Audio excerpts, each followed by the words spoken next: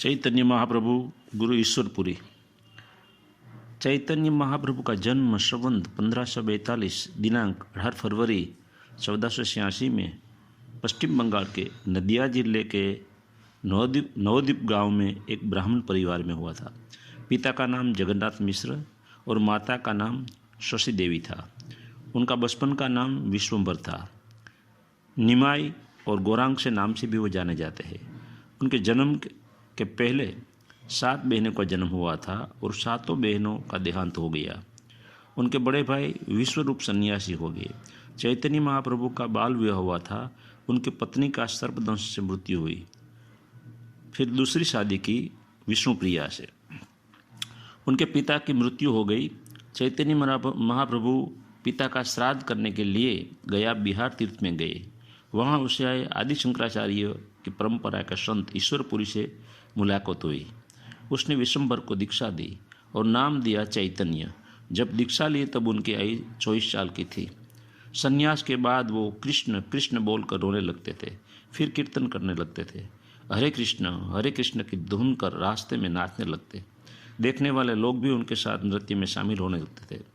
अपने वतन में रूढ़िचुस्त ब्राह्मणों ने समूह कीर्तन को संस्कृति विरोधी कहकर विधर्मी राजा सुल्तान हुसैन से फरियाद की और कीर्तन मंडली बंद करने के लिए आदेश किया।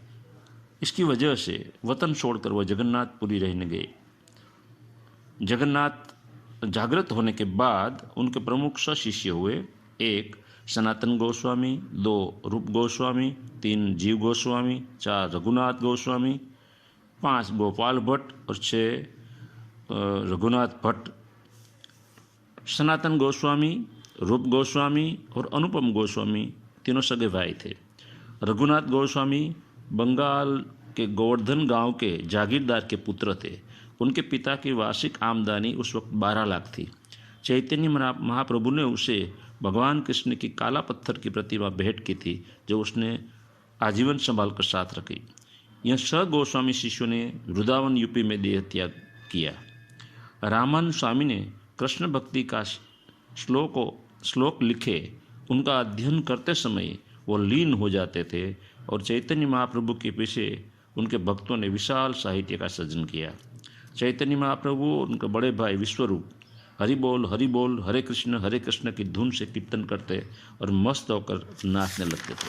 चैतन्य महाप्रभु ने जगन्नाथपुरी में संवत 1589 दिनांक 14 जून 1533 में देह त्याग किया।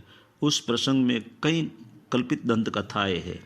1 चैतन्य महाप्रभु नृत्य करते हुए हिंद महासागर में छलांग लगाकर देह छोड़ दिया। 2 दूसरा मत ऐसा है कि जगन्नाथ भगवान के मंदिर में कीर्तन करते समय मीराबाई की तरह वो मूर्ति में समा गए।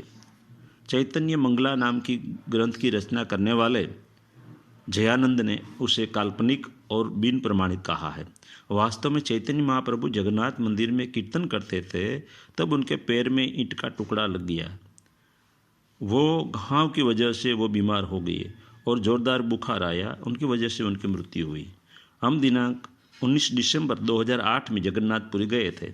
हिंद महासागर के किनारे इस्कॉन के सामने अपने शिष्य हरिदास ठाकुर की समाधि के 5 चैतन्य महाप्रभु की समाधि आई हुई है। जगन्नाथपुरी में कबीर साहब के शिष्य धनीन्द्र धर्मदास की समाधि भी वहाँ है। चैतन्य महाप्रभु कहते थे, ईश्वर की नज़र में प्राणी मात्र और मनुष्य एक समान है। सच्ची भक्ति में रंगे हुए मनुष्य में नात जात का भेदभाव नहीं होता। और वह कहते थे, हे ईश्वर, मेरे जीवन में ऐसा दिन कब आएगा जब मैं तुम्हारा नाम स्मरण करते हुए मेरी आंखों से हर्ष से आंसू गिरे, मेरी पूरी देह में रुए रुए में आनंद के फव्वारे उड़े और दिल में प्रेम का दिया जले।